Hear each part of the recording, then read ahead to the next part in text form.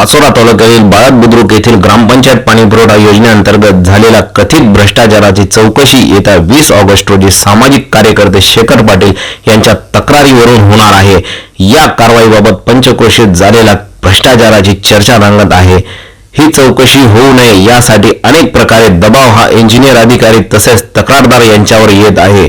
तरी सदर चौकशी ही 20 तारखेस पूर्ण होऊन दूध का दूध पाणी का पाणी झाले पाहिजे अशी बाळद बुद्रुक ग्रामस्थांची मागणी आहे। तरी याबाबत जिल्हा परिषद मुख्याधिकारी, जिल्हाधिकारी तसेच आमदार खासदार यांनीही योग्य तो मागोवा घेऊन भ्रष्टाचार करणाऱ्यांवर कठोर कारवाई व्हावी यासाठी प्रयत्न केले पाहिजे। परंतु आता 20 तारखेला नेमके काय होते हे बघण्यासारखे आहे। सदर चौकशी पूर्ण व्हावी, अन्यथा कायदेशीर मार्गाने भ्रष्टाचार करणारे ठेकेदार, संबंधित कार्यान्वित असलेली यंत्रणा व अभियंते यांना ते भ्रष्टाचारात दोषी आढळल्यास शिक्षा व्हावी यासाठी कायदेशीर मार्गाने योग्य ती न्यायालयीन प्रक्रिया पूर्ण करून नक्कीच जेलमध्ये टाकल्याशिवाय थांबणार नाही अशी येथील ग्रामस्थ व तक्रारदार शेखर पाटील यांची तयारी आहे। पाचोरा तालुक्यातील बाळद बुद्रुक येथे 1 कोटीची पाणीपुरवठा योजना गाळण धरणावरून तर बाळद गावापर्यंत केलेली होती, परंतु सदर ठेकेदार यांनी सदर योजना न करता संपूर्ण पैसा काढून घेतला आणि गावाला एक ग्लासही पाणी दिलेलं नाही आहे।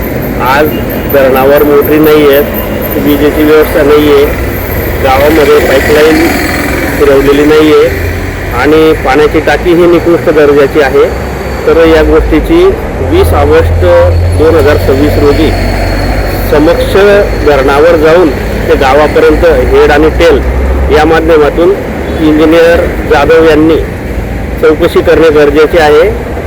तरी बाळद ग्रामस्थांना विनंती आहे की त्यांनी बाळद गावाचा जो मागील 40 वर्षापासूनचा भ्रष्टाचार होता त्या भ्रष्टाचार काढण्यासाठी आणि त्यातल्या दोषींना शासन करण्यासाठी मदत करावी। धन्यवाद। आता तुम्हाला असं वाटतंय का की इथले जे शासकीय अधिकारी किंवा कर्मचारी किंवा काही राजकीय नेत्यांचा ही चौकशी होऊ नये म्हणून दबाव येतोय का? यात एकंदरीत पाहता संबंधित ठेकेदार ज्या ज्या पदाधिकाऱ्यांचे जवळचे असतील किंवा त्यांचे आर्थिक